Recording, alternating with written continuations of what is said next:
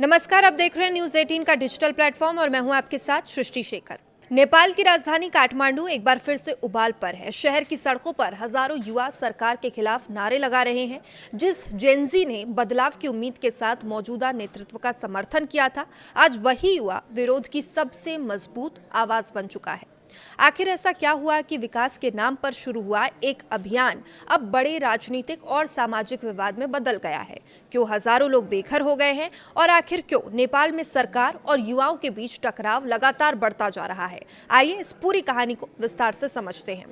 दरअसल काठमांडू महानगर प्रशासन ने अप्रैल महीने में शहर से अवैध अतिक्रमण हटाने का अभियान शुरू किया। अब प्रशासन का कहना था कि सार्वजनिक जमीन, नदी किनारे और सरकारी भूमि पर बने अवैध निर्माण हटाना जरूरी है ताकि शहर का बेहतर विकास हो सके और बाढ़ जैसी समस्याओं पर नियंत्रण पाया जा सके, शहरी योजना को लागू किया जा सके। लेकिन इस अभियान का सबसे बड़ा असर उन गरीब परिवारों पर पड़ा जो वर्षों से इन इलाकों में रह रहे थे। अब प्रशासन की कार्रवाई के दौरान 2600 से अधिक परिवारों के घर तोड़ दिए गए। अनुमान है कि इस कार्रवाई में करीब 15,000 लोग बेघर हो गए। अब इनमें से कुछ परिवारों को सरकार ने अस्थायी होल्डिंग सेंटरों में रखा था। करीब 325 परिवारों को इन केंद्रों में शिफ्ट किया गया, लेकिन ये व्यवस्था भी ज्यादा समय तक नहीं चली। 2 जुलाई को प्रशासन ने आदेश जारी किया कि 6 जुलाई तक सभी होल्डिंग सेंटर खाली करा दिए जाएं, लेकिन कई परिवारों ने वहां से जाने से साफ इनकार कर दिया। उनका कहना यह था कि अगर यहां से भी निकाला गया तो उनके पास रहने के लिए कोई जगह नहीं बचेगी और यहीं से हालात और ज्यादा गंभीर होने लगे। तनाव उस समय और बढ़ गया जब शुक्रवार को लगातार बारिश के कारण एक होल्डिंग सेंटर में बाढ़ का पानी भर गया। वहां रह रहे करीब 150 लोग करीब घंटों तक मुश्किल हालात में फंसे रहे। अगले दिन कुछ युवा कार्यकर्ता और सामाजिक संगठन वहां राहत और स्थिति का जायजा लेने पहुंचे, लेकिन आरोप है कि पुलिस ने उन्हें रोकने की कोशिश की और प्रदर्शन के दौरान लाठीचार्ज किया।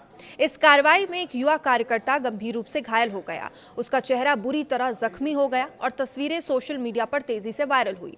अब यही तस्वीरें देखते ही पूरे नेपाल में गुस्से की आग भड़क उठी। अब विरोध केवल बेदखली तक सीमित नहीं रहा, बल्कि पुलिस की कार्रवाई, मानवाधिकार और सरकार के रवैये पर भी सवाल उठने लगे। तो सबसे दिलचस्प बात यह है कि विरोध करने वालों में बड़ी संख्या युवाओं की है। इन्हीं युवाओं ने हाल ही के वर्षों में बदलाव की राजनीति का समर्थन किया था।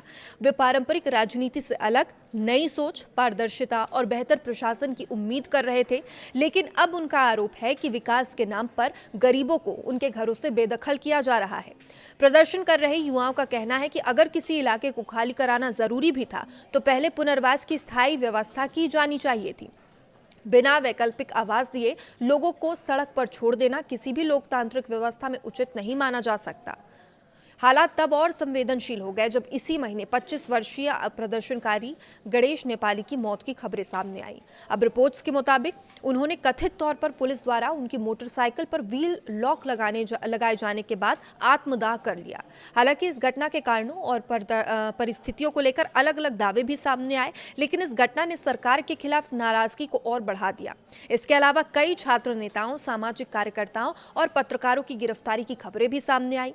राजधानी काठमांडू के अलावा कोशी प्रांत में भी दर्जनों लोगों को हिरासत में लिया गया। इन गिरफ्तारियों की विपक्षी नेताओं ने भी आलोचना की और सरकार से संयम बरतने की मांग की।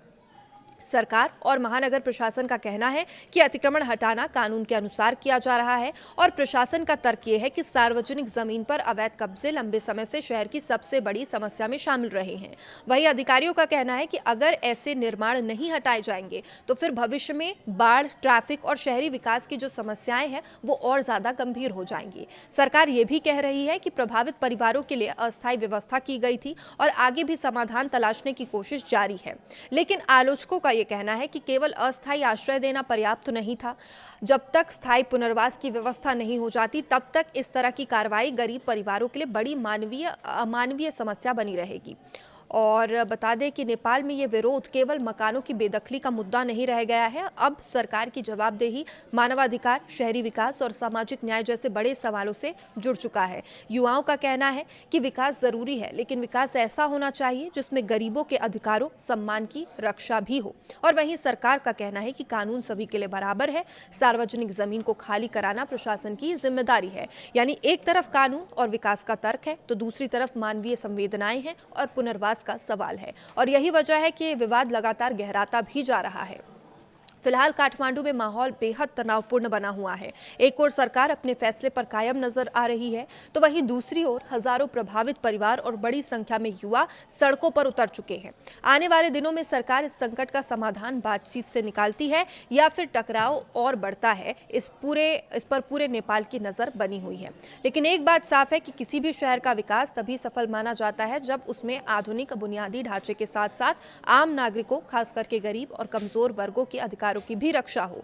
अब देखना होगा नेपाल सरकार इस चुनौती का सामना किस तरह से करती है और क्या बेघर हुए हजारों परिवारों को स्थायी राहत मिल पाती है। आप इस पूरे मामले को किस नजरिए से देखते हैं? क्या विकास के लिए इस तरह की कार्रवाई जरूरी है या पहले प्रभावित लोगों के पुनर्वास की व्यवस्था होनी चाहिए? अपनी राय कमेंट में जरूर बताइएगा। नमस्कार।